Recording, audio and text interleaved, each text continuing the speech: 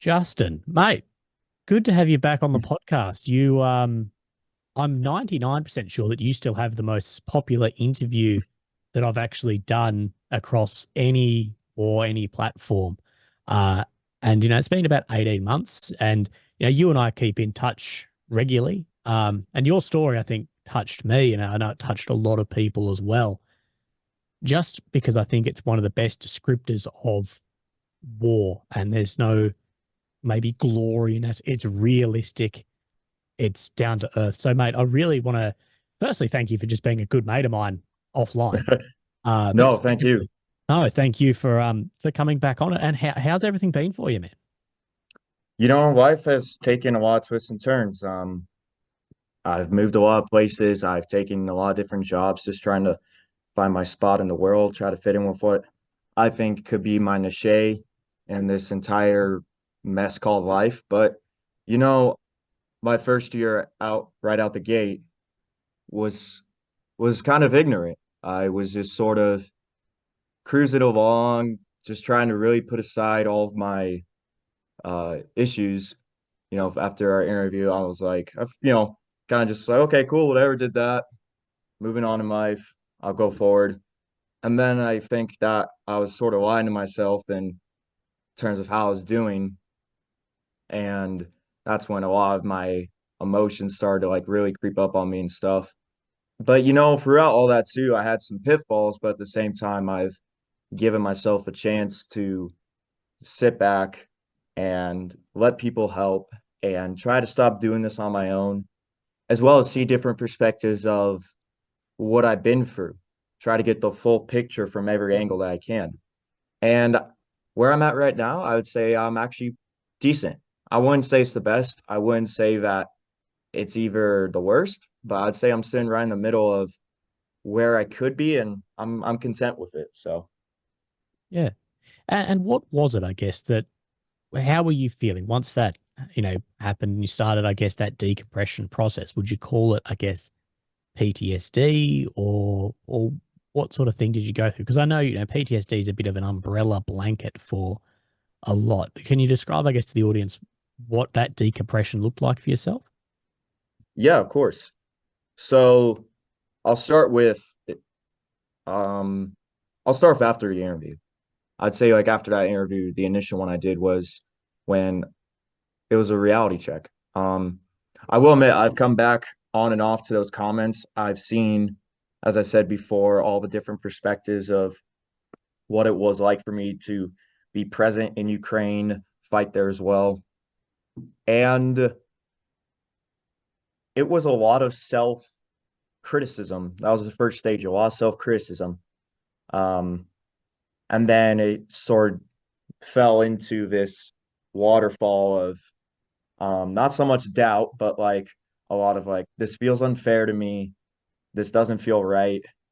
And I was starting to lose the perspective and the gratefulness of being alive, being back home, being back stateside, where I can have a chance to live a life. But at that moment, I didn't have that outlook.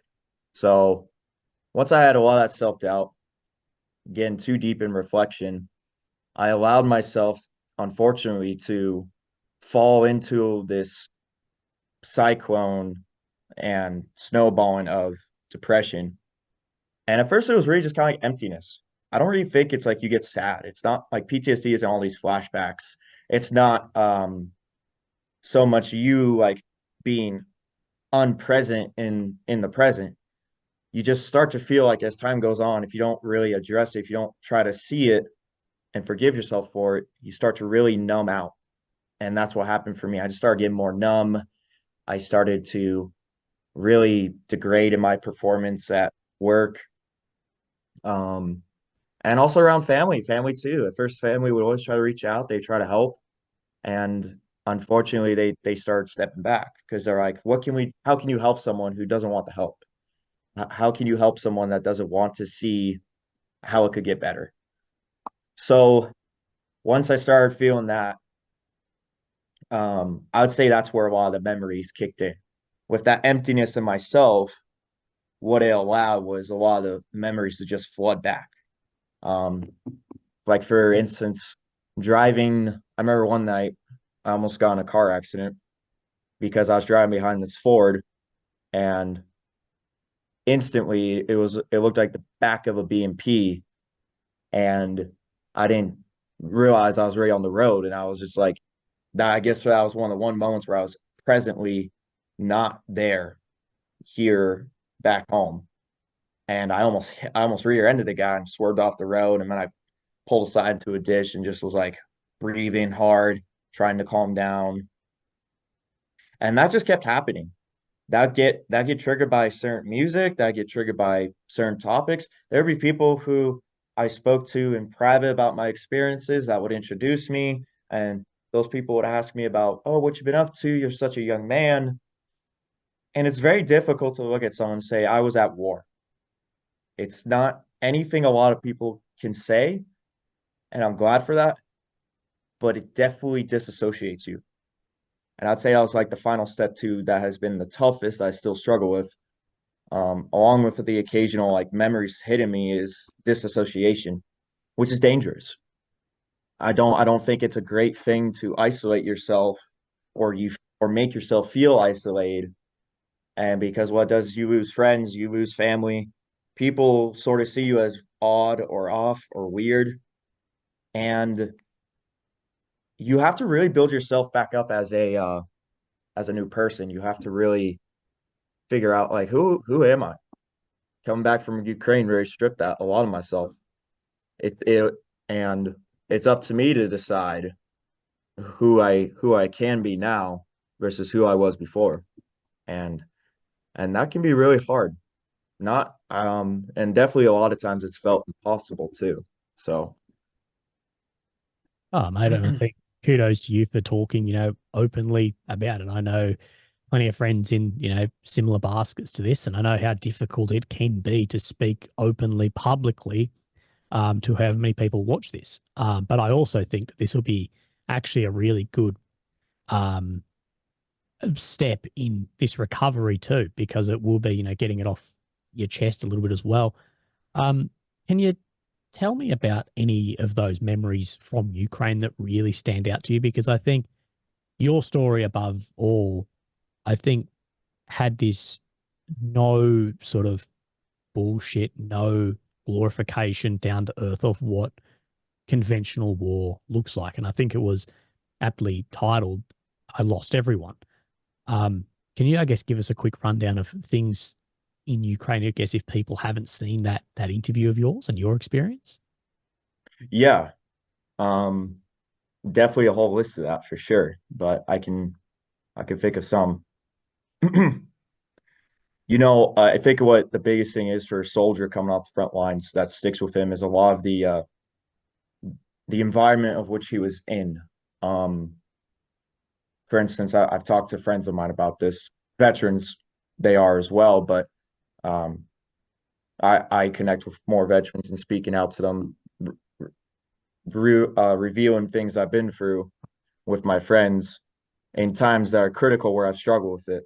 It's never healthy to make it a normal discussion amongst your buddies. You really want to be more like friends, brothers, bros, whatever have you, versus just be trauma dumping on people all the time. But one I can think of, that's the biggest, is environment. Um, Many times, driving the long hours I do to work and coming all the way back. I mean, I'll be away from home for like 3, 5 days tops, and then I'll make the one day back to where I live at, and then I'll have a couple days myself, and I gotta repeat it. A lot of the time driving on the road, I'll look out the window, and it sort of is almost like it's almost like a mirage trick of the mind. I'll see a tank firing into the wood line in the distance, even though there's no tank. Um, if I hear sometimes I've heard like the life flight helicopters that come from the hospital flying overhead, and I'll completely panic. I'll lose my mind. I'll hide from myself in some nearby ditch because noise too, environment noise, the noise of a helicopter, thinking that I see a tank. When I've had friends offer me to come out snowboarding and skiing with them during the winter time, sometimes I'll just sit there at the top of the mountain and I don't know what to do because the environment, all the pine trees, all the ditches and certain snow mounds um, look familiar to what I saw when I first touched down Ukraine. Sometimes when I'm at work, I'll lean up against the wall on my lunch break, and I'll see a snow mound, and instantly I'll sort of panic because my mind suddenly tricks me just for a split second that some RPG hit that snow mound and blew it up in front of me. Um, Another time too, when I was out hunting uh with my neighbors, I got I sort of was really on edge, really uncomfortably on edge, just because of the fact that I felt like I was being like I could be shot at any moment, but I'm the hunter, I'm the one with the rifle. That's not going to happen. So environment is one of the hardest things for me to do to live where I'm at, especially being surrounded by all this beautiful nature. Um, but to see um, the same flora and environment that was also present in Ukraine, it really is a trick of the mind. You have to really try to center yourself back. Um, Now, if we're going to go into specifics outside of those two things, noise, environment, memories that really stood out for me, um, it's really also the people that I so bodies is one of them for sure. Um, that's one of the worst. I can't handle any small form of death. I had a pet cat and crazy little guy. I loved him to death, but one day he got sick and I found him in a corner. He was just really not feeling good, yowling in pain and stuff. And I just lost it because I've lost people before in Ukraine, a lot of people um, from everywhere, all walks of life, whether they're foreigners, native Ukrainians themselves. Just the association of death with anything is so hard for me. When my cat did pass away, I let him pass away in the woods because I didn't want to take him to the vet, swap him on a table and leave him there. And having to leave his body there almost was like shedding another loss of life in my life. It was completely difficult. So people would just think, oh, it's just a cat. But for me, it was a reflection of all the other things I've lost and all the other people I've lost. Um, Also, too, some people, it's not really so much noise for me in terms of gunshots and whatnot. It's more like distant noises. Where duck hunt season, the opening day of duck hunt season was horrible for me to hear all the guys shooting down at the lakes and stuff. And this was when I took a small vacation in Washington and waking up to that, I mean, I was floored out of my bed and I was ready to like wait for the oncoming uh enemy to show up. But there's no enemy. It's just I'm in the middle of Washington, chilling next to these frozen lakes, and I'm supposed to be having a great time with my buddies that took me out there, and instead I'm panicking. I'm still stuck in Ukraine. Um, I would say like, yeah, bodies, environment, noise, all those things, they're like phantoms. They're really like phantoms and ghosts that will will play a trick on your mind and then in the same instant disappear. And it's constant. It's not so much random. Sometimes I could be sad, down, and not even it's me being sad or down or depressed about Ukraine. Um and those memories will just flood back and intervene with whatever it is I'm sad about. And it's a constant torment. It's definitely a constant torment. There's no break in the head about it. But the thing is despite me being stuck there emotionally, mentally, physically, I'm still surrounded by people who care about me that I've met or I've had in my life for a long time. And I would say that it's those people, family and friends that sort of keep me centered and help me to combat those memories.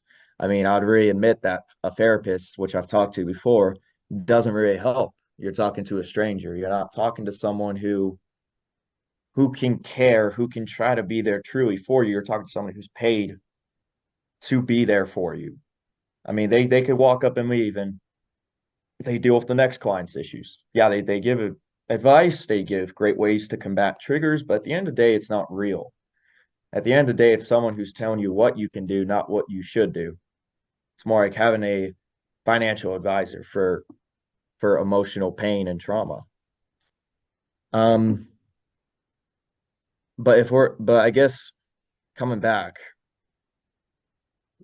honestly, I'd have to say it was my first battle at Lisny when we were heading south from Zaporizhia to the Donbass, trying to deblockade Mariupol. That is the one that sticks with me the most because it just was the biggest like reality check of my life, really. And at the same time, it really feels like every day that someone else lived that, but I carry the same feelings, reactions, and scars that that person did, even though that's me. That was me that did that. It's the biggest struggle thinking about that first time where my Browning jammed and firing at the Russians with my AK and the explosions raining in down on us from the artillery and the drones that were watching us just buzzing overhead and there's nothing you can do. Um, the loss of my friends where I don't know where their bodies are. I don't know the situation at the front with that place in particular. And if there's somewhere that I feel the most guilt from that, it's right there. It's that first time where I felt like this was a historical moment that I was trying to contribute to that completely fell apart. And it's hard. It's very hard not to blame yourself for all that. And I do, because coming from across the world to help a country that is not your country, you feel that extra burden almost. But I've had many people tell me I did my part. I've read in the comments of my first interview, people are saying, you came home, leave it behind you, you're alive. And I'll admit that's hard to see. I know it's true, but it's very hard to see that when you don't feel it, you know? Oh, mate, I can definitely feel that, you're very emotional with this and that you feel it. And of course, my tip to anyone who comes on the podcast is don't read comments because, it's being primarily commented by people who have not lived anything like that. And me included. I've never lived anything like that. I couldn't imagine, what you've actually gone through. But on the other side of this, is there anything that this has taught you about yourself and anything you've been like, well, if I didn't have that experience, I wouldn't know this about the world or me? You know, I think I'd be the same as the people in the comments of being naive. I think that if I didn't have these experiences, that I would still perceive war as a fictional glorification, as most people do. Um, I think people who only have ever read some real deep first-hand accounts, like such as Ernst Jünger's Storm of Steel, or the fictional account that was pretty realistic, All Quiet on the Western Front, or even guys from Vietnam. I'm reading a book right now titled Headhunters, where a guy who had come from the first air cav, collected all these stories of people he fought with, and they were the same. They were raw. They didn't hold back in what happened, and he put them all together in one little book for anyone to read. And but still, you can read those pages and have a minor understanding. But as you said, you have to live it to know it. And if I didn't live it, I think that I wouldn't have been so um, prepared in life as I have been. I think that going to Ukraine and surviving it and coming back has made me, at first, it made me a little cocky. I will admit that. Not in the sense of showing off what I did, but more so like taking extra risks that probably weren't the best, or being a little more, perhaps a little more ignorant. But as time has gone on, it's taught me more so to that I can read situations a lot better. I can be a little more calm when curveballs in life, no matter what they are, from any direction get thrown at me. And if I get hit by them, then I can get back up. I can swing the next home run. It's definitely mellowed me out. It's made me not so upset about things like um political discussions that neighbors will have around a bonfire at like 1 in the morning. It won't make me freak out when dealing with clients at work that will um, have a say in how something should be done or how something was done, and they're very upset about it or disappointed. And also dealing with just socially too. Like, um, I'm not afraid of a lot of things of which social norms are. I'm also willing to challenge a lot of the social norms in society here back stateside. A lot of the problems of which people think are problems to me really aren't, because I know what the severity of the human mind and body can go to and to what extent. And at the same time, that's helped me to push myself further in what it is that I want, as well as the fact that not settling for just the lowest hanging fruit, you know. If I mean, like I said, I've hopped from jobs to jobs, and that's been because I've argued with bosses about how something should be done. I got fired for it. I've moved on from jobs out of which I just need a paycheck from, and I'm like, okay, this isn't what I want out of life, so I'm moving on. And talking with coworkers too from all my past jobs or my current one too, it's like a lot of people who don't have the experience that I do will always fold and crumble under slight pressure, I've noticed. And where I can help is I can be the person that can interject, give them some advice. You know, I can either be a low life scum of my community wherever I'm at, or I can see where people are coming from because I've been in worse places than they have. And I can try to just give a teeny tiny bit of advice. I'm no monk on a mountain. I'm no guru. I'm not God. But I'm someone with some genuine life or death things of which now I know the value of life. You don't go to Ukraine thinking you're going to come back. I went to Ukraine truly to think that I was going to die. It was the fact that I didn't want other people who were there, little boys, little girls, old and young men and women that were Ukrainian to die. I wanted to simply just fill the shoes of somebody else. And if that cost me my life, that's foolish, yes, but in war, there's casualties. And I was willing to be the casualty of at least one other person so they got to live.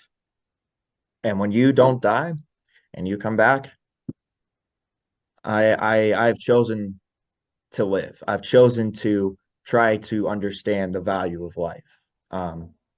And not just settle for comfort of addiction or a mundane job.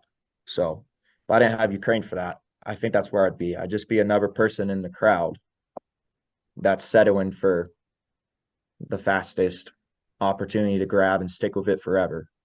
But I can't do that. I'm not like that. So Well, I know you say I'm not some guru, some monk, but I can guarantee you, mate, the people on that public speaking circuit who give all these hot tips around mental health awareness and emotional stability, all this crap, I can tell you that you've been through 50 times what they have been through, and they're selling out arenas. A lot of those self-proclaimed gurus at that are full of shit and have not actually been through, not all of them, but a lot of them have actually not been through that much. Do you ever feel like emotionally almost that you've got like some emotional delay or it's not there? Because I've actually been going through a little bit of this myself. I got some bad news the other day that I won't go into, but I felt like my emotional reaction that I should have had as a normal person, it didn't phase me from some of the things I've been through previously. And it's actually concerned me a little bit. Have you had some of that? Like, saying something will happen, you think this should affect me more, or does it affect you less? yeah, no, I would agree with that. Um, I've been there before too. Um, yeah, I think that's I don't even think it's a coping mechanism so much as it is almost a permanent numbing when you have seen the worst of the worst in yourself as well as other people in the settings of war. Um, like I've received bad news, I guess, you know, when a person like myself puts myself out there, it's good to also have some privacy for your own life as well. You know, you don't want to just share everything to someone you don't know versus us. We're different. We can do that. But I've had to come to terms with things of which I either have to get up and move, or I lose a job because of something I did that was foolish, or something of which I should have had more accountability or been on top of more, as well as, yeah, no, I definitely been there. When you receive bad news, it's almost like if it isn't at the degree of the bad things that have happened in front of you, um, in a war, it almost doesn't feel like it's a big deal, and it is concerning. Like if things are not happening at the severity of which my life could be wiped out in a split second, then it doesn't really affect me. I'm more quiet. I just nod my head at it. I might yell out and swear for like a few seconds, and then I just sit back and I'm calm and I'm like, okay, what's next? What's next? And I think that's a vicious cycle that's dangerous because um I think that is almost an un indirect form of disassociation when you're not even trying to. I've definitely been told that I should have more of a reaction to things around me, the way I've interacted with people in different situations, whether it was like um, at social gatherings with the neighborhood or family, or when I went to go see my family. Um, and that's like it took me 5 hours. What was it? It took me 5 hours on Christmas just to drive to go see my family. And when it was seven, I got there around like an extra 2 hours later, and my I remember my parents were very upset. They're like, "Where have you been? We were so worried. You just missed the dinner and the present openings, but we set your presents aside. You can still open them." And but now everyone's here, and they're really sad about it. I was just like, "Oh, okay. I'm sorry, I think. Um, but do we have any leftovers?" At that moment, that's all I could think of. It didn't really affect me because it wasn't at the degree of level that I'm used to of trauma, of bad news, of bad things happening. But when I reflected on it later, I was like, okay, that wasn't the nicest thing in the world to say. So I went back, I apologized to my parents. I was late.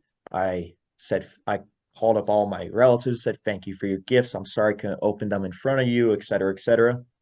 But then when I drew, but then the day after, which I had to drive back to get back to work, um, I just was like trying to think about it. I'm like, that just wasn't a big deal. Why was it a big deal? And that's the hardest thing about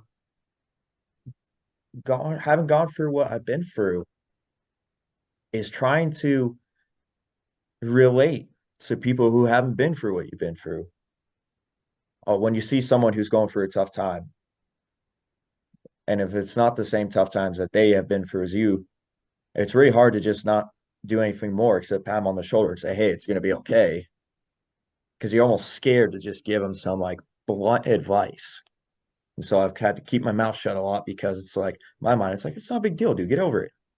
But then I have to remember, okay, maybe it's a big deal for them because they don't have the same life experience as I do. So I have to sort of step away and be stone faced and silent and simply just be there presently for support. I feel like maybe you can relate to that too, is sometimes the only thing you can do is simply just be there. Yeah. Um, and I think that's a lot of things for society. Like I said, when I see people freaking out about the current state of the country, current state of the world, and yada, yada, yada, it doesn't faze me because unless I wake up and there there are tanks and helicopters on the horizon, unless my direct home is going to be threatened, then nothing phases me. I mean, some people could probably call that like a negative stoic aspect or nihilism, but or nihilism, whatever it's called. But that I wish there was more I could do. I wish I could change that, but unfortunately I can't. So I think I have to agree with you, Matt, that I would say that's a permanent numbing of the mind. And it's an unfortunate thing because it sort of takes the delight out of your world.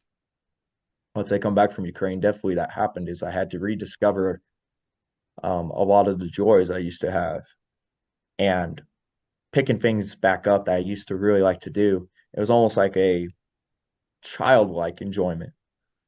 And then when you're like, you have that childlike reaction, people see you as immature and they fail to realize that you're probably one of the most mature people that are sitting right there based on the things that you've been through for going through war, going through the loss. Do you feel like your innocence seeing war like that is stripped away? That's something that I've had multiple times actually through my life from different aspects, and not only war, is a feel of sort of loss of innocence. It feels like the curtain, like say for an Australian or an American, we're very privileged. We sort of have this view of the world that's enclosed behind a curtain, and it's sort of like that curtain gets stripped back, and you're like, oh shit, it really may be in other places around the world. It's not this living in Port Adelaide where I do and whatever. Like, do you feel like there was a stripping of innocence? I do.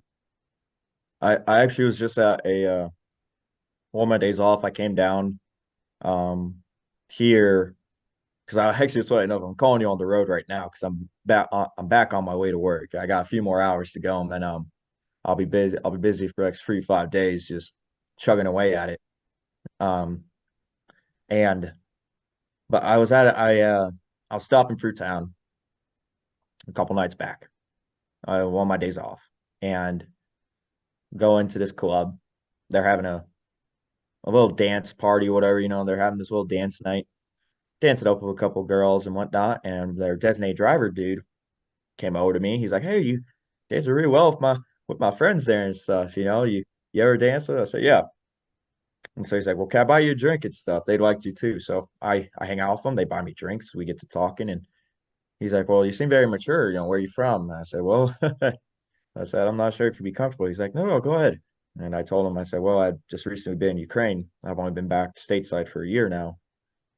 And he just sort of, he's like, "Whoa, like, tell me about that." Like, and he just immediately listed off all these questions. And I didn't really give him blunt answers or like any answers to like shoo him away. I just was upfront like I have been with you before.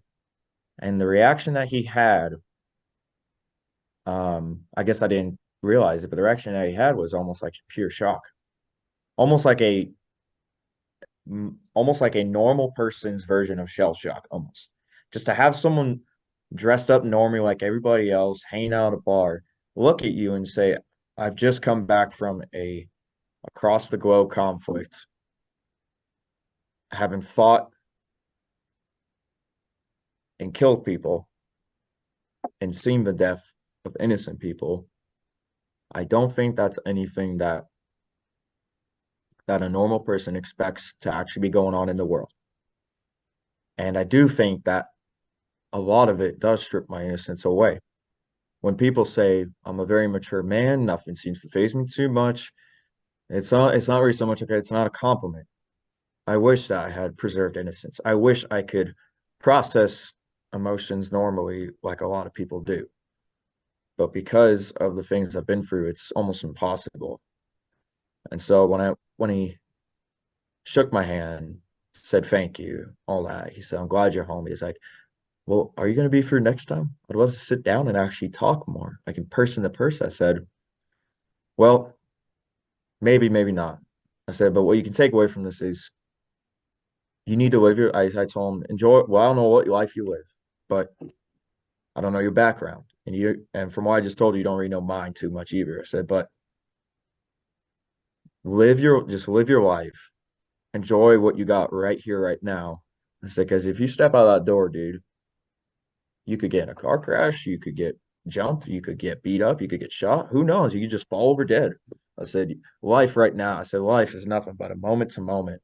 And if you try to look ahead too far, you're going to miss what's in front of you." And unfortunately, I struggle with that. I can tell someone that, but I struggle with that. I think ahead in the long game because I struggle a lot to enjoy presently everything. And as I said, when I try to do that, it almost comes across as just being immature, carefree too much. And then people who are older than me can interpret me as just another like young, rebellious kid or whatever. Like I get mistaken a lot for my age. It's funny. I'm running up 25 here soon. Um, and people think I'm 19 just based on how I act. And I'm not a terrible kid. I don't I'm not some party goer all the time, but it's just because I try to really genuinely have a preserved innocence, even if it's just a minuscule things. I mean, if it's only a few things that can give me some of that joy, that I'm gonna cling on to it. So I would say though, yeah, it's stripped away a lot, and it sucks. I think that sometimes though, um, I don't think it's a curse for those who survive war, but I do think it is a huge lesson, and it's a second chance. But it is one of the hardest lessons that not unfortunately not a lot of people who come back from the front lines survive through. You know, there was one comment that um I know you told me not to read comments. I did off and on, just at random. There was one comment of a person who said, "Well, give it time. In about a year or so, he's going to be a drug addict and alcoholic, and he's not going to make it." He said, and at the end of that comment, it said, "Mark my words." Well, when I read that, I realized I could be that, and I realized a lot of veterans who have returned from war have become that, unfortunately. I know one person who came back who was American that came back from Bakhmut, and he didn't even last a week back stateside, and he took his own life. I didn't know him all too personally. He was just someone I had met a few times. I was more so trying to just get direction to Ukraine, and I warned him over and over again over phone calls, over texts, over all of this. I said, and even when I met him in person, and even sent him off at the airport, I said, "You need to realize what you're getting into." I said, "Please, for the love of God, do not go." I couldn't stop him, and when he came back, I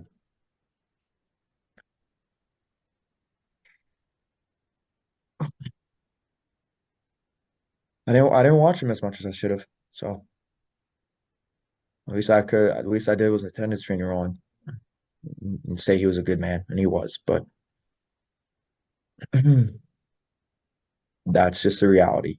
So read a comment like that. It was a very ignorant comment, but it motivated me to be like, okay, if there's one thing I can do in life, it's not to feed into what my enemies want me to be. It's not to become part of that percentage of what many would deem as for veterans coming back from combat as failures. I've looked at myself millions of times in the mirrors and said, I'm not going to do that. I don't care how hard it gets, whatever comes my way. I'm not gonna reach that point. And so coming on this interview is almost a way of combating that. It's a release and an outlet. And I've put in perspective of, you know, knowing your background, Matt, as someone who's struggling with what you were struggling with. Um, for me, it was almost becoming humbled and content to do my part almost. It's like doing my part again. There's this guy who has limited time like everyone else on the earth does, same as me, who is doing his own little thing in the world of reminding the rest of humanity that we can't forget what's going on. We can't forget what we've been doing to each other. And the least I can do is at least talk. What good is it to have gone through the things I did and disappear? You know, I think I'm less bragful about what I've done. Maybe in that first interview, I definitely feel less childish. But regardless of how I presented it, I still put out my voice into the world that you wanted out there from people like me. So it feels like I'm doing something, and I'm actually making that person who said I'm going to become this failure disappointed. And if that's motivating for me, that's motivating for me, you know? It definitely Absolutely. feels like, yeah. But yeah, no, Ukraine is definitely full of people who with good intent, but some people that perhaps could be more efficient and not have to presently be there. But I will say that there is no one in this world who can down talk the men that I served with that are still alive, but majority of them are not. And I think it'd be a disservice to backpedal on my claims of my pride for having fought for what I did, for the side that I did, and who I fought with. I think that's the worst thing I can do in my life is to backpedal on that, and I won't. And I don't care who comes up to my face and tries to say otherwise. So, yeah. And how has this, now that you've had, a fair bit of time off and, breaking things down, decompressing things, how has it changed your perspective of the war as a whole? Do you see the adversary being Russia any differently? Do you see Ukraine being the defenders? Do you see this any differently? Because you've seen just the chaos and loss at the front line? Has it made you, in this maturity from a situation like this, has it changed how you see all of this? You know what? Yeah. When I was there, when you first get there, you think that you're completely on the one side of the side you're with Ukraine. You get way too cocky, and you develop in your mind this mindset of, every Russian is the enemy. They are all monsters.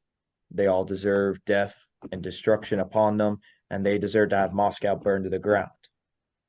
But when you're out of the trenches with that, when you get out of that primal mindset and you're forced to rejoin society and what one would consider a civilized mindset, you realize that there have been Russians within Moscow itself that have been collaborators with Ukraine and saboteurs who have cared about Ukraine. You realize there are Russians who have been forcefully sent to the front line as conscripts that don't want to be there and try to surrender or unfortunately get killed because the back line units that if they retreat back into will kill them too. You realize also that there are Ukrainian commanders who have made mistakes. You realize there are Russian commanders who fought of a better tactical decision than the Ukrainian ones. But at the end of the day, there's no commander who can have a perfect record and a chest rack huge enough to show that.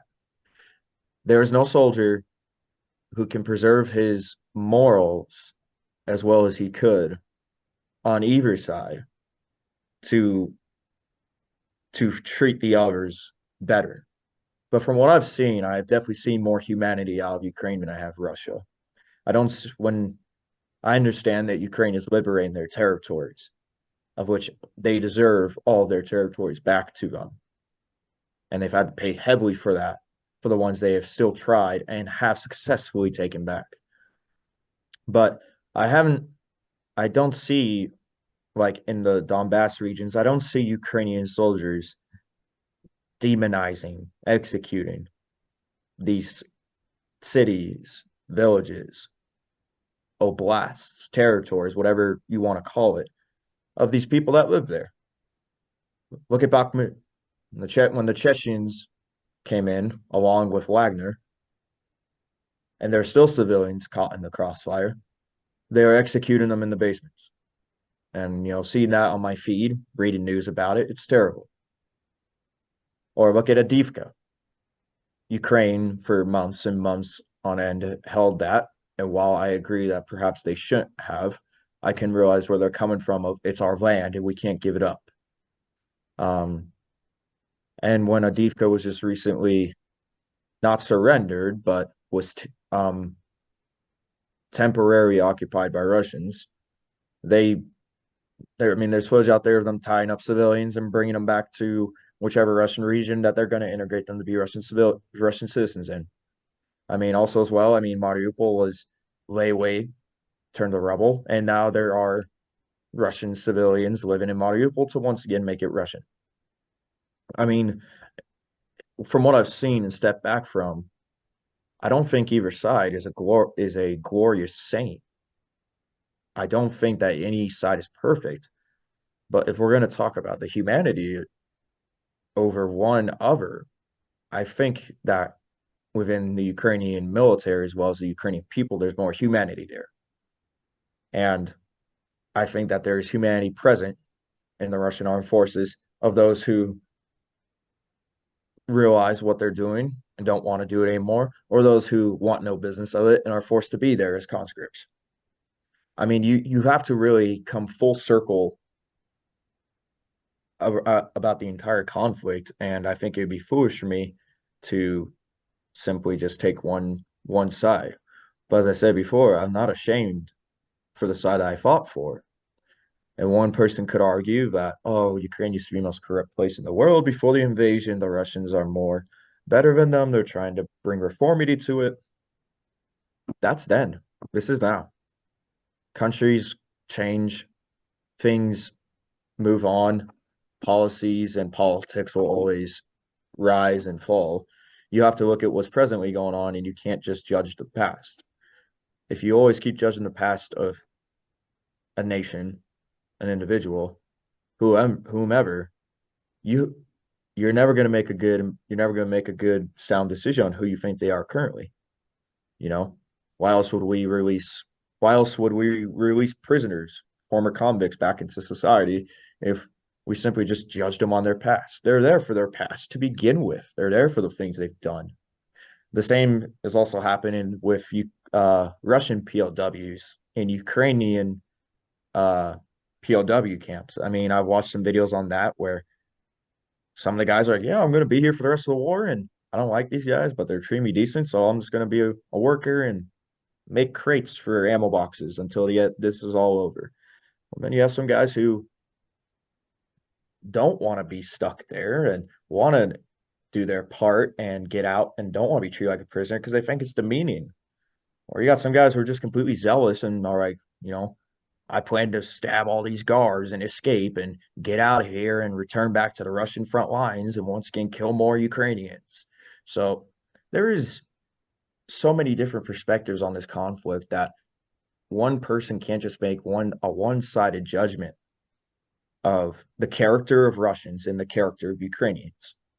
You have to really try your best to see it from every angle and then make a decision. But no matter what angle I see, I will always stand by the side of which I fought for. And that's not because of the fact that it was the side that I chose that I'm saying that. It's because of the character of my side that I fought for that I say that. I mean, I was taken care of quite well by the Ukrainians. I was fed, I was clothed, I was equipped. I was allowed to stay with them and continually go into battle with them where others were not. I mean, there are Americans who were kicked out of my unit because of their views or their actions or them not taking it serious. So I found that out through some of the other foreigners that were with my unit longer than I was and revealed to me some of the things I had done that were both good and bad that were criticized by my Ukrainians that I was with. But it always came back down to them saying, but they wanted you there because of who you are. And if there's one thing I can be proud of in that is that the side I fought for kept me there and didn't get rid of me. And that is the one thing I wanted to leave an impression on when I was going to Ukraine was to do my part and to do it well. And that way I could keep going forward. I could keep fighting on. You don't go to war for merits, medals, glory, what have you. Not even contracts or for fun. You don't go to war for any of that. You go to war because you would rather not see others there. And you know that if you can do your part, you should do it in the place of someone else. So that's pretty much how I feel about it as time has gone on, is I've seen both the failures and the successes of either side, but I've understood. I made my own general answer for myself about both sides, but I still am with my side of Ukraine regardless of after all that, and I still am to this day. So I think you touched on something important there where you say like people have a very binary view of this, that you're either on the Ukraine side or on the Russian side, and you can't question either way. And from documented footage, we know that horrible shit has happened both ways. We know that there is executions happen both ways. We know there is mistreatment. We know that there are ideologies involved. And we know that this is happening on the front line, regardless of uniform. And sadly, it happens actually all around the world too in other conflicts. But you need to, I guess, dial back to, I guess, root causes. And I think this is where a lot of people get stuck in how complicated this can actually be, that they just go, fuck it, I'm just going to choose this and support everything one way and pay off everything. I had this just last night. I was talking about executions, and I'm like, you can't just say one side can do it, one can't. That's not how the law works. It's not how humanity works. No.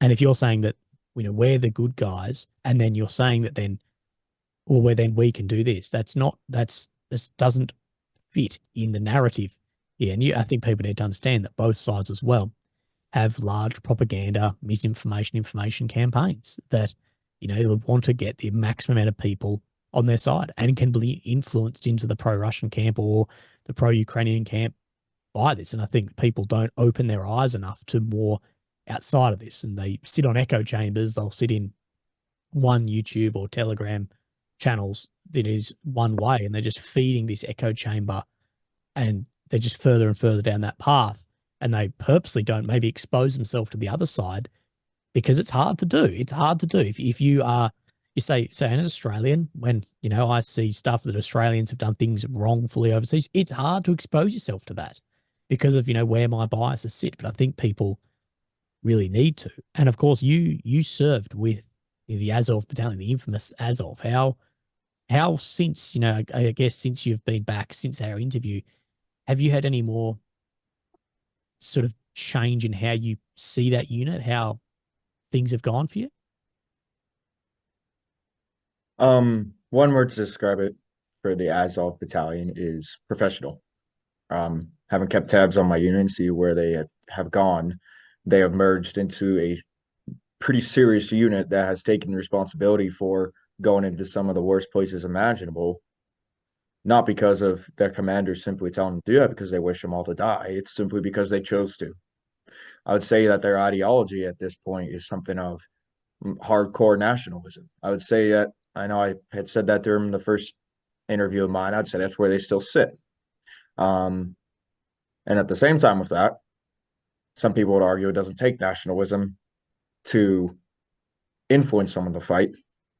I think that for me personally, I think it's what made them good fighters for the preservation of their land. And I said I met guys in that unit who had been with that unit because it was well equipped, it had a good reputation, and it was officially integrated into the military. So they would get pay, they'd get, fed, they'd be set up. And I met guys who had no really extreme stand-ins on any ideologies, whether it was politically, racially, ethnically. And then there are guys that were.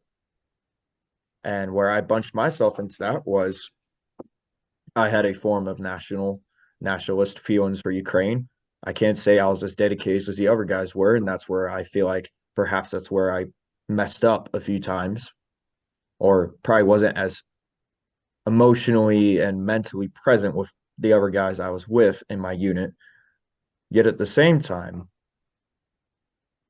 I would say that a little bit of it rubbed off on me, and it motivated me to look at what it was I was trying to help out.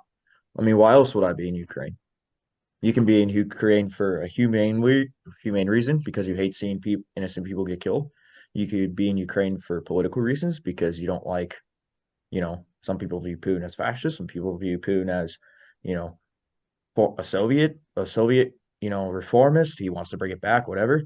But when I went there, is it's because of the fact that I I judged Ukraine as a country that wanted to preserve itself and its identity for hundreds and hundreds of years, regardless of who currently was in control or ruling over Ukraine, and trying to influence the original inhabitants there to become who the rulers and the overruling class or people or ethnicity was. So I admired that, and I still admire that with Ukraine, is they refuse that they all would rather not surrender They all would rather fight to the very bitter end and make Russia pay for every single bit of ground than they would simply take a peace agreement. Because I think I have realized this now too, though, is they know what will happen if they simply cheap out and take a peace deal.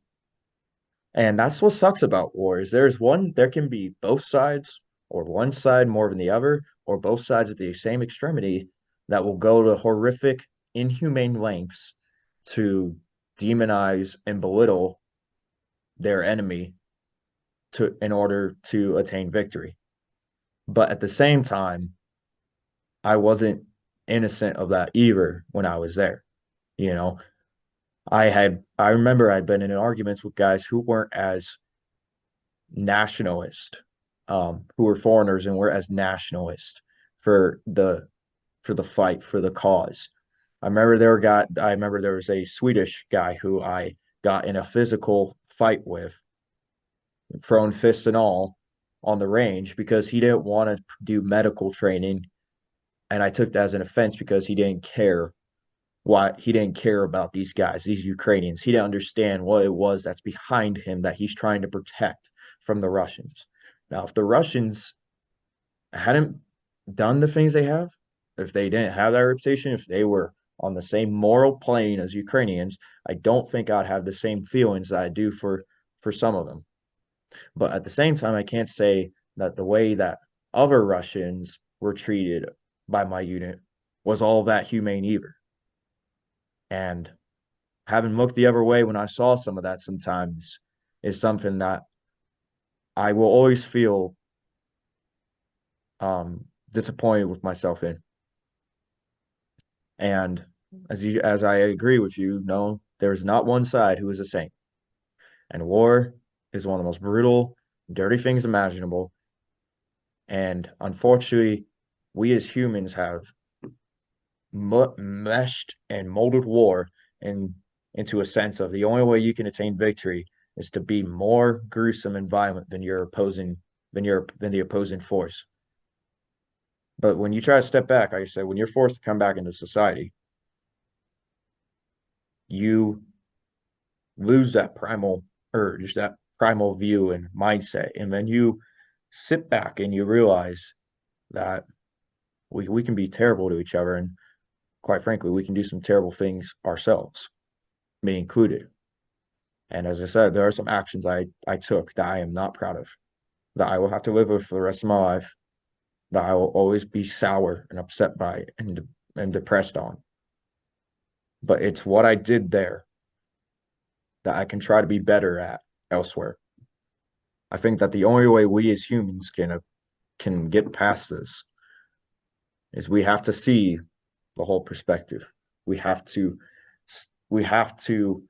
take a step back, but we have to react with the same energy while trying to retain our morals that our enemy has thrown at us.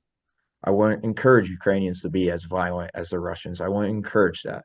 But unfortunately, sometimes the only way you can stop someone from being more violent towards you is to be more violent than them. I mean, I've seen tons of those videos of drones flying into a Russian in the middle of a field of Bakhmut. I've seen those videos of Ukrainian tanks wiping out infantry fighting positions. I've seen those videos of where a Russian unit gets a hold of POWs and guns them all down into a ditch and then moves on. I mean, I've seen it all. And I saw that when I was there, and I've seen it when I've been gone. And I don't watch that. I don't watch that to torture myself. I don't watch that to justify anything I did. I watch it because I can't forget. I was a part of it. It's history in the making that will be interpreted in many different ways as either good or bad as time goes on and when the conflict is eventually over. But I was a part of it, so I can't just forget it. That's irresponsible of me. And I realize as time goes on, I'll have different perspectives of it. I'll reflect on it differently. But with the people that I fought with, as I said, I won't, especially the Azov Battalion, they have taken the responsibility upon themselves to be turned into a professional force that is doing its best to bring an end to this. conflict. And and as you said, in the West, we're very sheltered.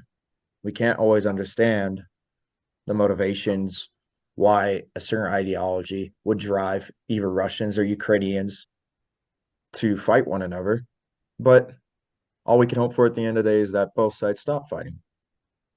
And it is up to those Ukrainians themselves to decide which direction they'll take their country in afterwards.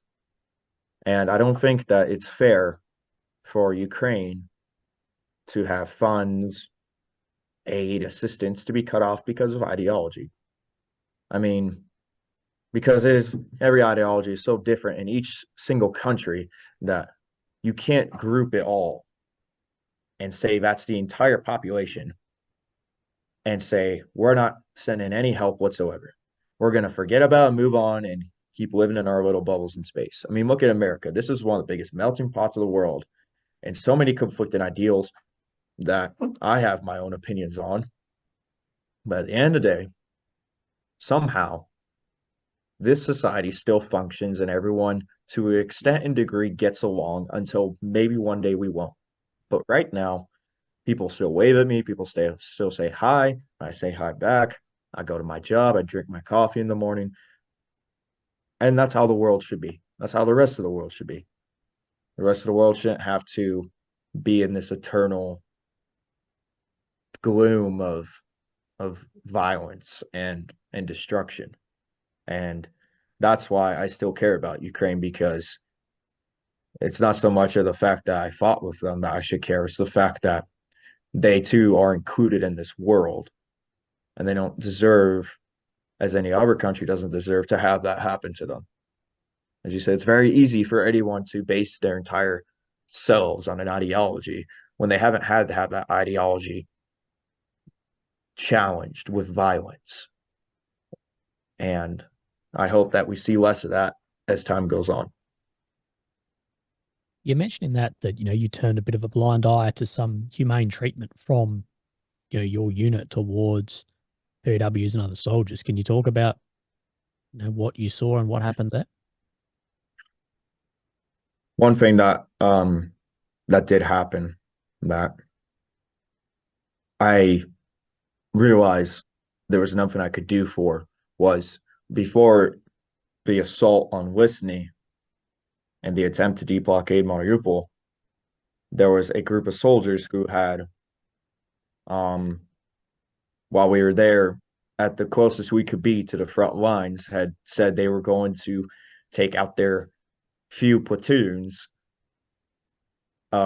company, basically, and say that we're not going to go to the front and we're pulling our company out. My commander, from my understanding, my company commander, from my understanding, was very displeased with that and threatened those troops with their lives or forced imprisonment. Well, some of them changed their minds and some of them still stayed true because they did not agree with the strategies of which were being implemented for the assault. That is why they refused to go into combat. When I saw that happen, I was too busy in the thick of that to even know until we got back, those of us who made it out of that they had taken a few of them who had refused the orders, beat them, put them in a cellar, and then forced them to work until they agreed to adhere to the orders of the chain of command. And I only noticed this when one day I saw them stripped of their equipment, of the majority of their pretty much well-being, their dignity. And they were shuffling around in their uniforms only, dusting, cleaning, carrying ammo crates when, like, I remember I was going to grab an ammo crate out of a truck, and I was told to not grab that. He will grab it. And it was one of those soldiers who was forced to carry that ammo crate up this flight of stairs into our barracks. And I asked one of my guys, and he said, "Don't ask about it." I say, "Well, what was that all about?" He said, "Don't ask about it. They're being punished." I saw the results of that said punishment. And I am so happy I did not participate. But it did hurt at the time. And I think this was because this was me coming from across the world as a foreigner to see my own side of people I call my brothers, my comrades, my brothers in arms, people I'm fighting with, to have black eyes, a cracked rib cage, and just looking horrible. None of them were executed. None of them were put up against a wall and killed or shot. But I mean, they were beat.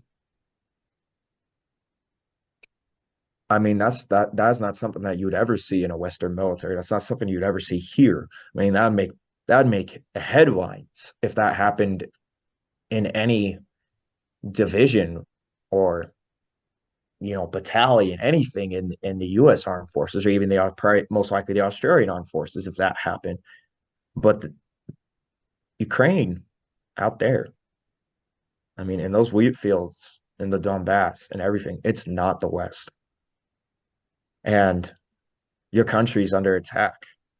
But I don't agree with the fact that because they disagreed with a tactical decision, they should have been beat. That was not okay.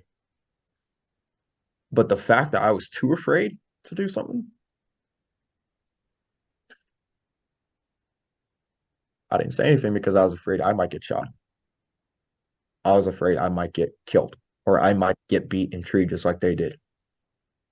So whenever they shuffle past me, I just would turn my head or I'd give them a piece of bread, just nod my head and keep going about what I was doing around the barracks.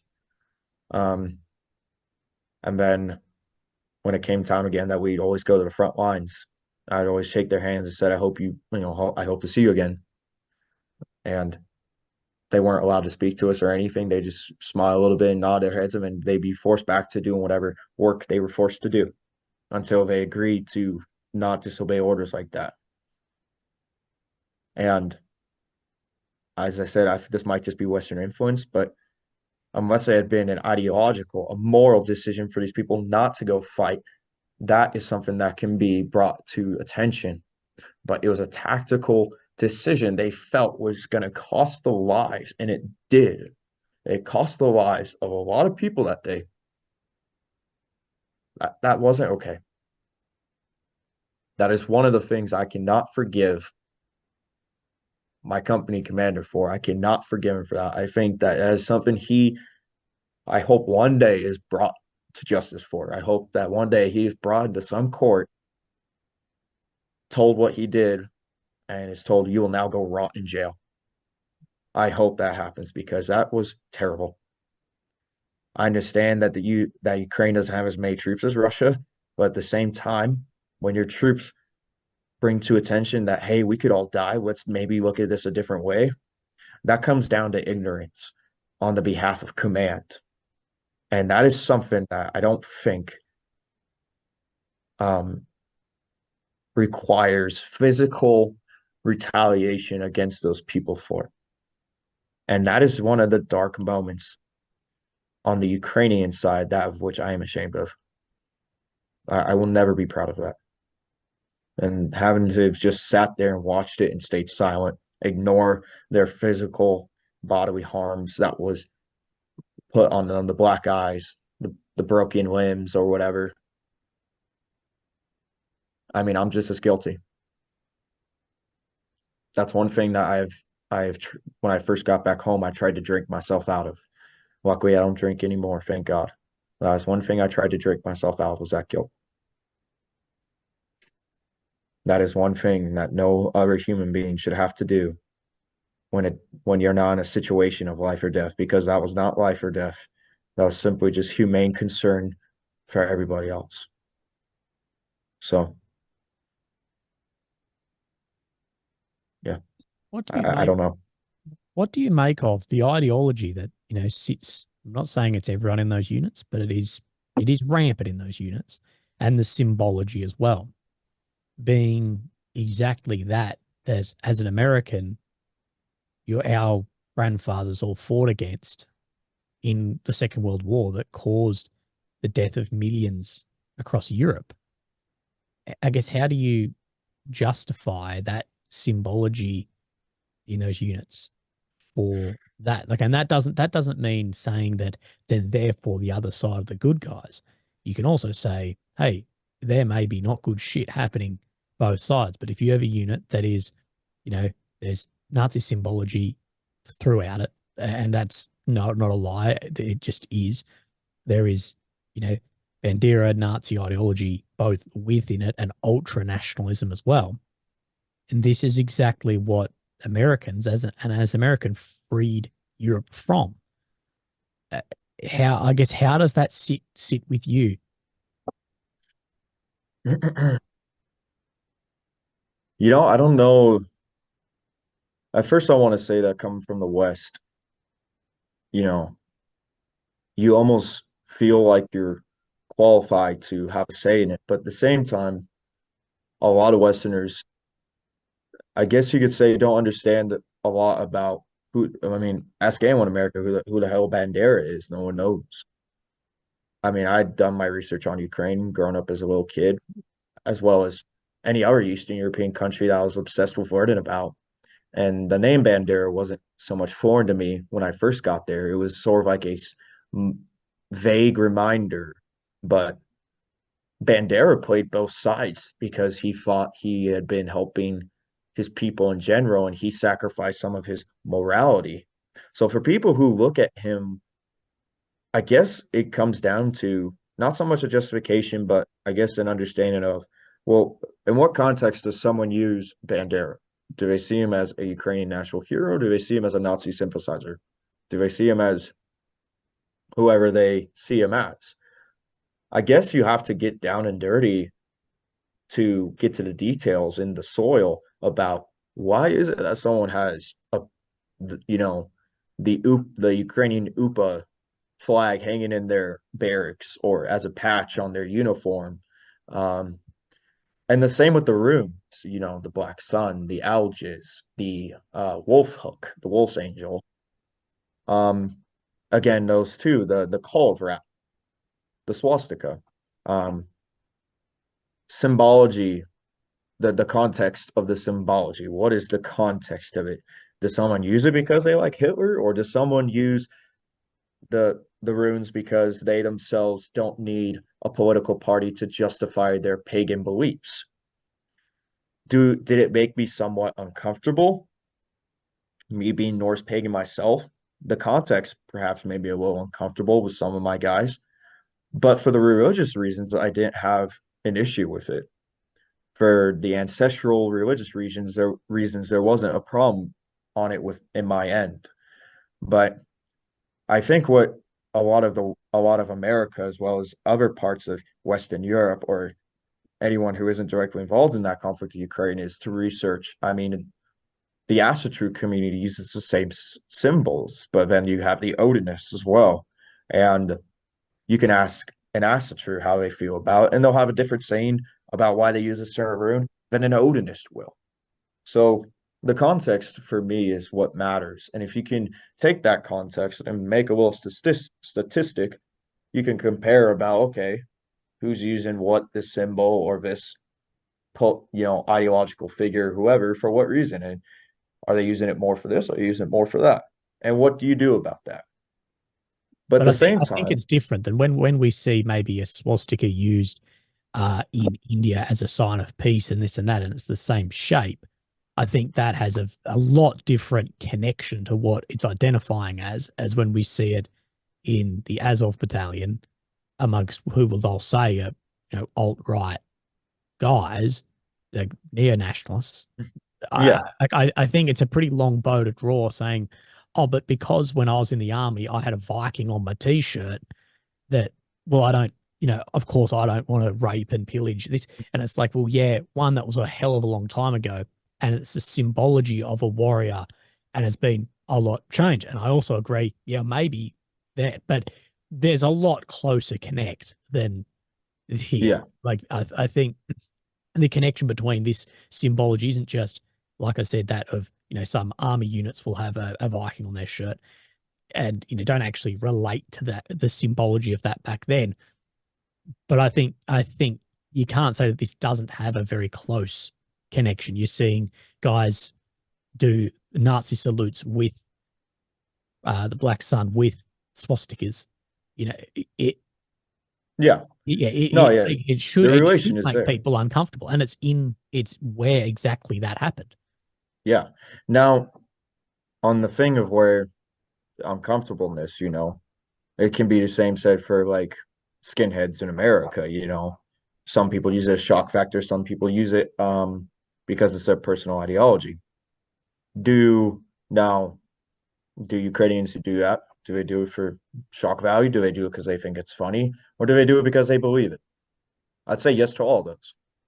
But at the same time, you know, I don't think that that warrants um, the defunding of this nation of which we invested into way back in 2022. But at the same time, ideology has, of course, always been the factor that has started every war in the world.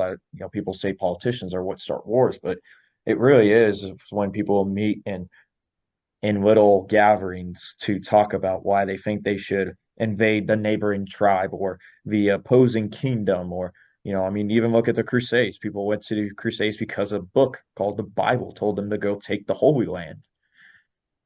We can't deny, and I won't deny either, the ideology of some of the Ukrainian soldiers of the Azov Battalion that I fought with. But at the same time, do I want to let who those men were, let their ideology get in the way of what they have done for their country? I don't think that that is fair for them. I don't think that's fair for the rest of Ukraine. Where would There's that no sit though if you said I don't want to let what happened in the 30s and 40s dictate what we think of those guys who wore an SS patch for what they believed was the correct route for Germany. Now, I'm not saying that they're, then rounding up people, but Bandera did. Like, he led basically a militia force that killed thousands of Jews and Poles. And that's someone that people look up to. Um, I think it's a slippery slope when we start saying, well, no, but the ideology is this and that. I think we need to take it like it is and go, look, yep, look, there's a reason that Azov Battalion got changed to the Third Assault is because people didn't want to fund out of Western money that battalion. People were happy funding Ukraine, but they've said no funding will go here. So, okay, we have to absorb it into the army and change the name. Therefore, funding and training can then occur.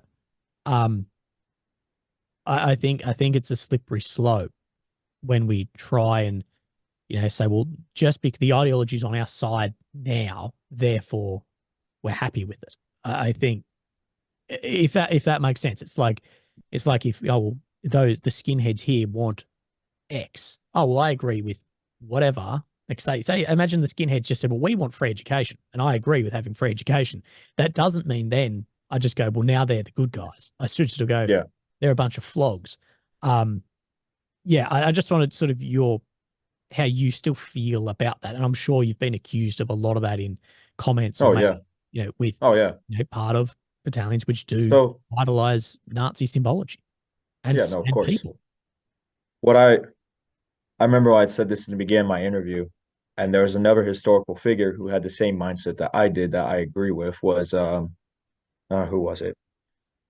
It was a gentleman who had been a Finn who had fought in the Finnish Soviet war back in the times of World War II, who had joined up with the Germans, specifically the Schutzstaffel, the SS, and then later on immigrated to Canada for some peace and quiet. And then later on, he came to America when the Vietnam War kicked off. Now, why do all those different conflicts have a connection? Because his ideology was he didn't like Sovietism, he didn't like communism.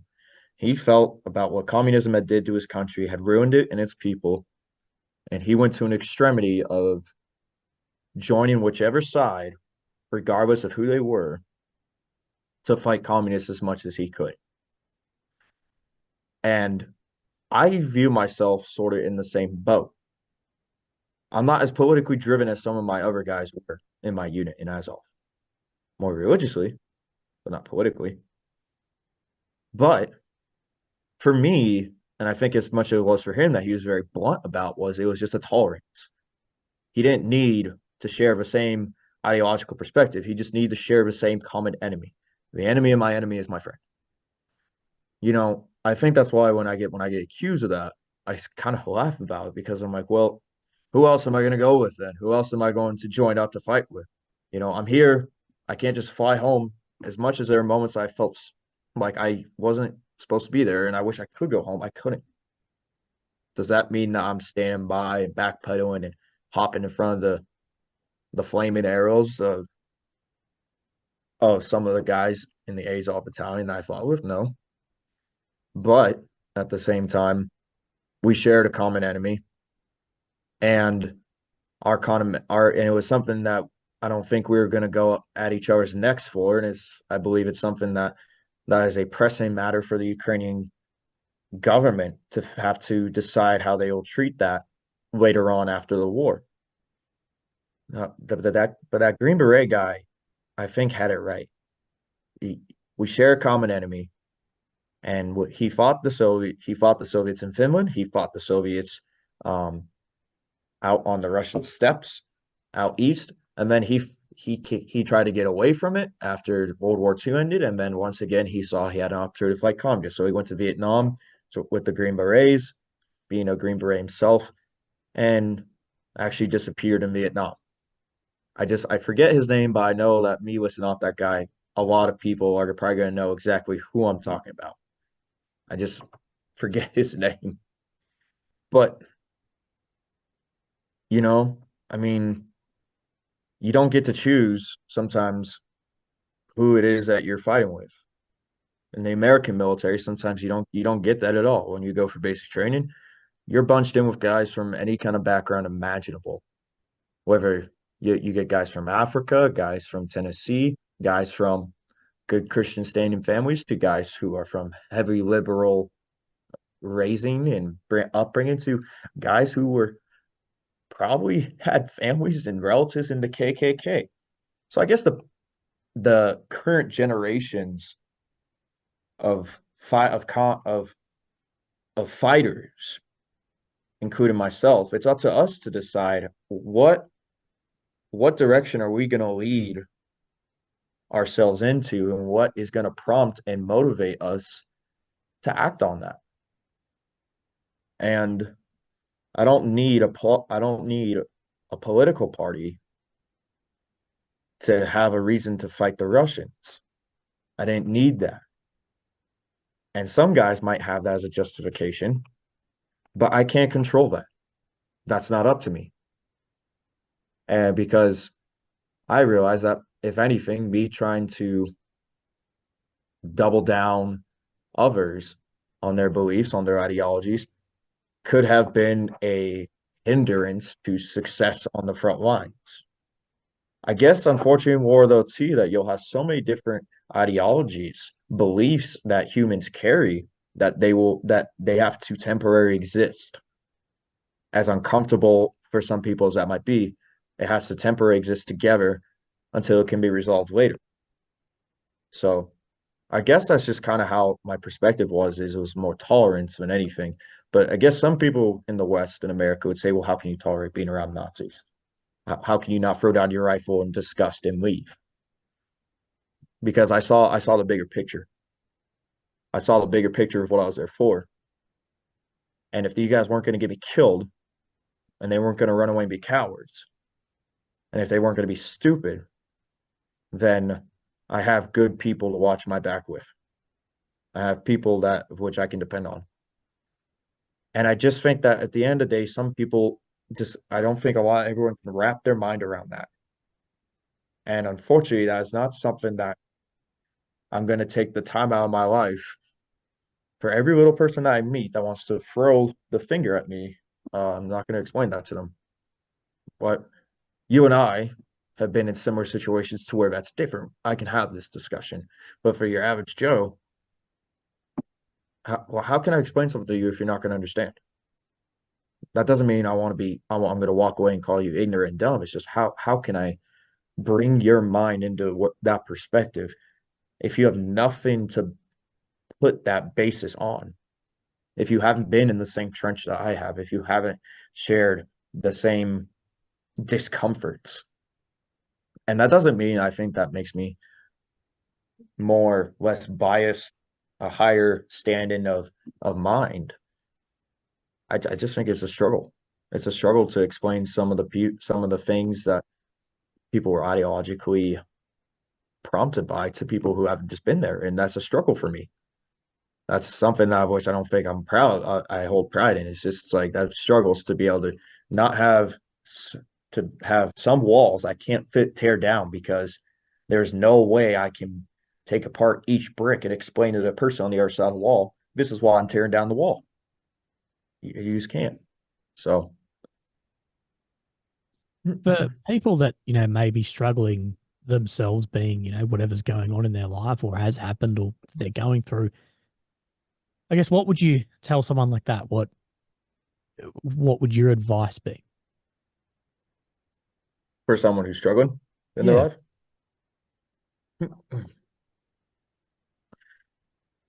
I don't like to live by the motto of it gets worse before it gets better, or you're always going to have ups and downs in life, or life some constant tribulation.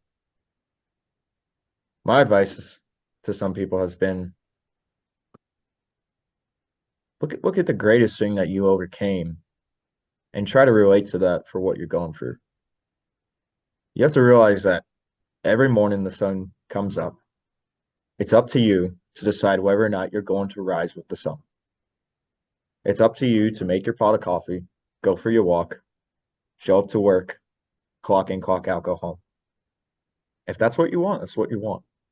If that's too much for you, you have to decide what it is you're going to do about that.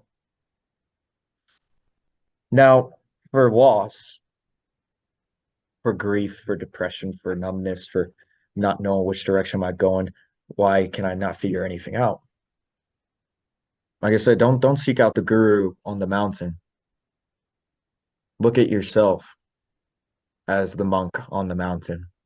Your life is that mountain of which you sit on, and every day that goes by is another step you've taken up that slope to get to the top. You have to realize that you have overcome many either major or minor struggles in life to where you are at where you currently are at right now, and that you haven't made it to the top. I have for sure have, but you have to see how far you've come, look back down that slope, and then just look at the next place you're going to put your foot. I don't care if if that next spot's going to be taking a step to go brush your teeth because you've been too depressed to brush your teeth in the morning. I don't care if that's you are too down to even turn on the ignition key in your car and go to work. Every little action that you take in this world shapes this world. It's not about shaping your life, it's about shaping this world. And every single little action you take, as overwhelming as this might be for some people, what doesn't make it overwhelming is that you have the ability to make positive action. You have the ability to make positive um, moments in history, no matter how small, whether for yourself or for others. And it's okay to be in dark spots sometimes. But what doesn't make it okay is when you have accepted that that's where you're going to be forever. It doesn't have to be anything huge to do in life because nothing started out huge in this world. I didn't go to Ukraine with 12 years behind me in special forces in the United States Army. I didn't go to Ukraine as a former Navy SEAL. I didn't come back from Ukraine with tons of accolades and medals and all this. I went to Ukraine amongst the thousands of others and millions of others of Ukrainians and foreign volunteers alike, just doing my part. I was a sliver of a portion of someone present on that front line with a million other things going on around me. And I made it out. And My next fight is life, just like everybody else. Doesn't make me different.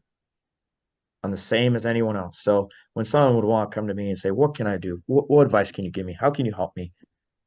I just send down and be like, look, I'm like you now too. But there's commonality that we can share in that. There's no direct way on how to live your life. We have morals as humans, yes, that we've developed, but don't look at life as a check off list, as a crossword puzzle that you have to solve. At the end of the day, just look at where you are, and if you're content, do you like the sunrise that you see? Do you like the trees around you that you can that you can feel, touch, smell? Do you like the sound of the birds in your life or not? You know, you have to really double it down to feel more content and happy in life. Just look at everything around you. Just be present. When you're being crushed in by everything around you, bring yourself to the moment. One thing that I like to do is I like to touch something. If I'm being drug into a physical or mental memory where my body might react to it or my mind might make me react to it, I touch something around me. I say, all right, I'm right here. And someone else can do the same. I'm right here. I'm right here. And where I'm at is somewhere that was proven yesterday. It's just little battles each and every day. That's all it is. And ultimately, it comes down to you. I can't say anything more than that. It just comes down to you. That could be a lot of pressure for someone, but that's life. Life's pressure. It's just how much pressure are you going to allow? Are you going to allow a small little tiny bubble where everything encloses you, or are you going to allow yourself expansion, a lot of free room to roam and do your thing? So that would be my advice to someone who's struggling. Just be present. Be present. Don't forget what you're going through. Just be present. Realize that, yeah, you're gonna be okay. I'm like you and you're like me. That's humanity. I mean, it's how it's been for millions of years. What else can I say, you know? What else can I say?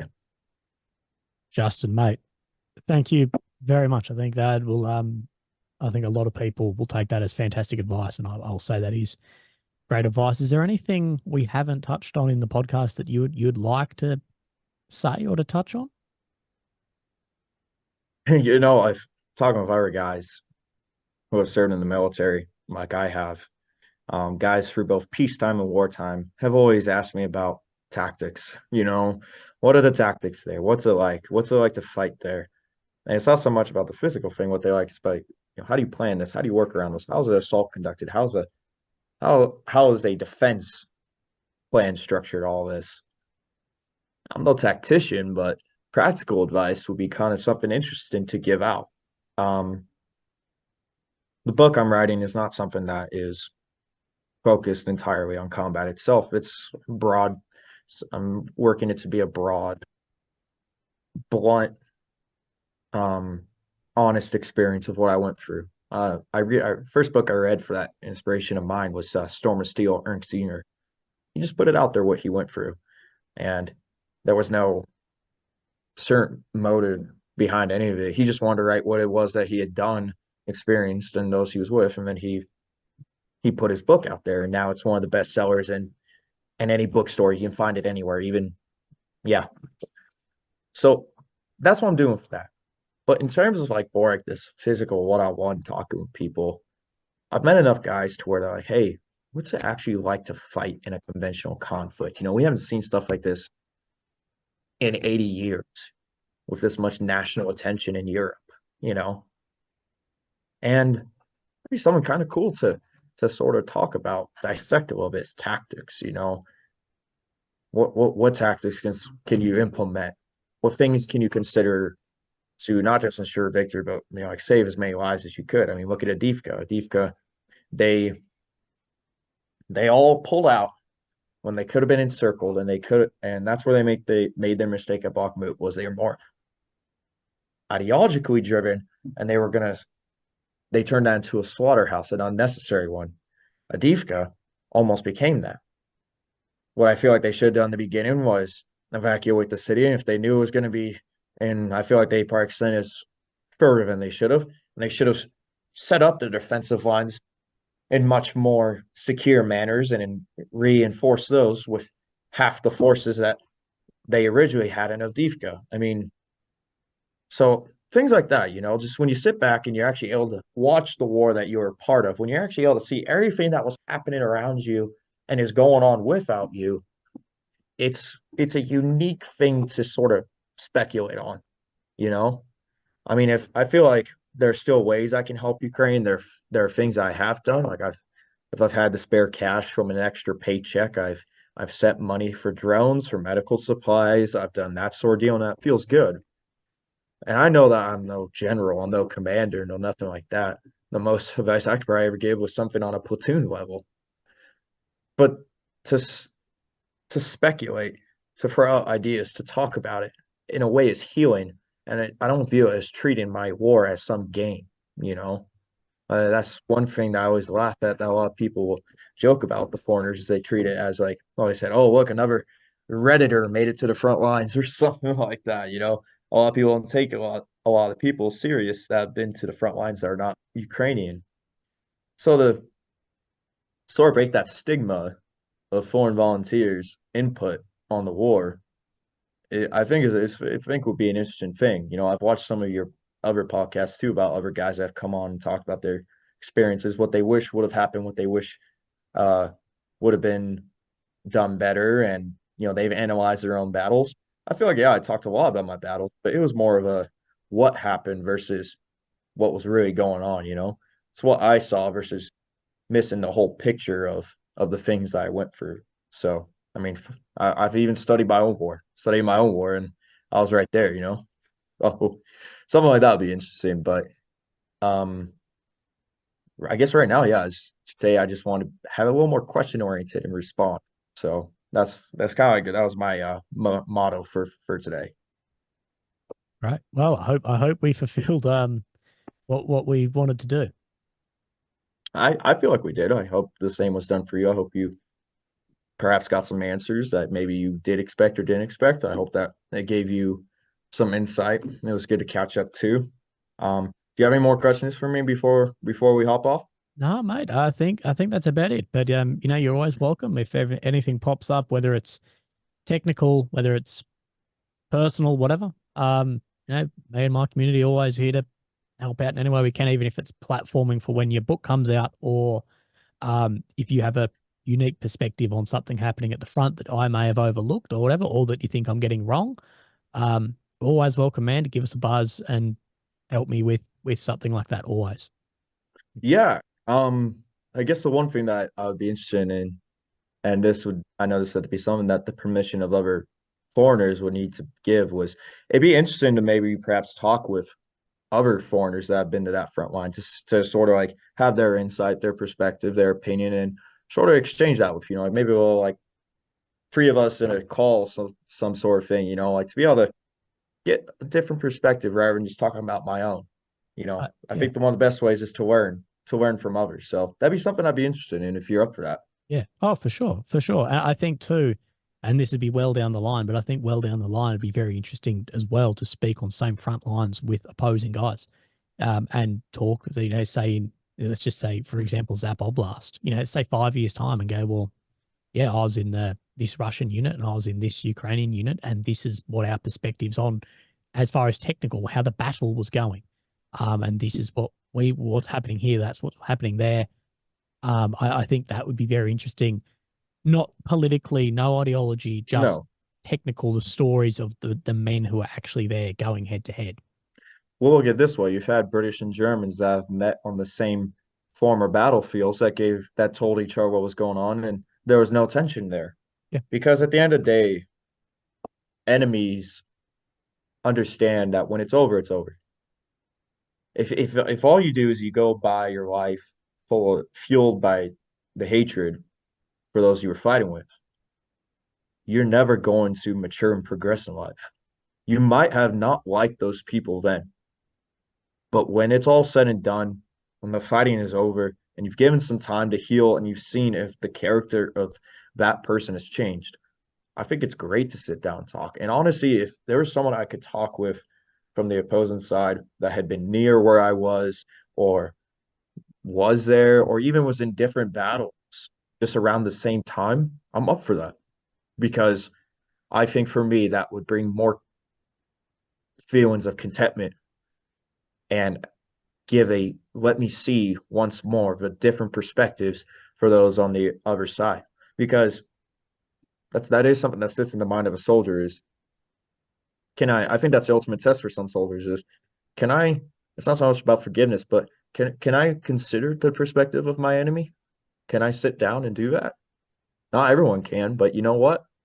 I'd like to offer that up and say, yeah, I might be able to, Matt. So keep me in touch with that if that's something that you're able to set up down the road. So Yeah, no, mate, no worries at all. Well, Justin, mate, thank you very much. I know you've got to get on and get to bloody work, but stay in touch, and look after yourself, bro. you too, Matt. And you know what, man? I consider every time that I get to talk with you, both on here and off, you know, on interviews like this or even offline, just hanging out, at the end of the day, you're just you're like a rarity in the sea of people that I've gotten the honor to talk with. And your voice is just as much important as mine and your perspectives as well. And I consider them too. So when time moves on, I'm gonna be I'll find it pretty happy to say, yeah, I got to sit down and talk with Matt Williams. I got to sit down and talk with Willie. Ah, And shit. so it's a big thing for me. So I appreciate that. Thank you. No, mate, pleasure's all mine. Okay, you have a fantastic day, bro. You as well. Thank you. See ya. All right, see you.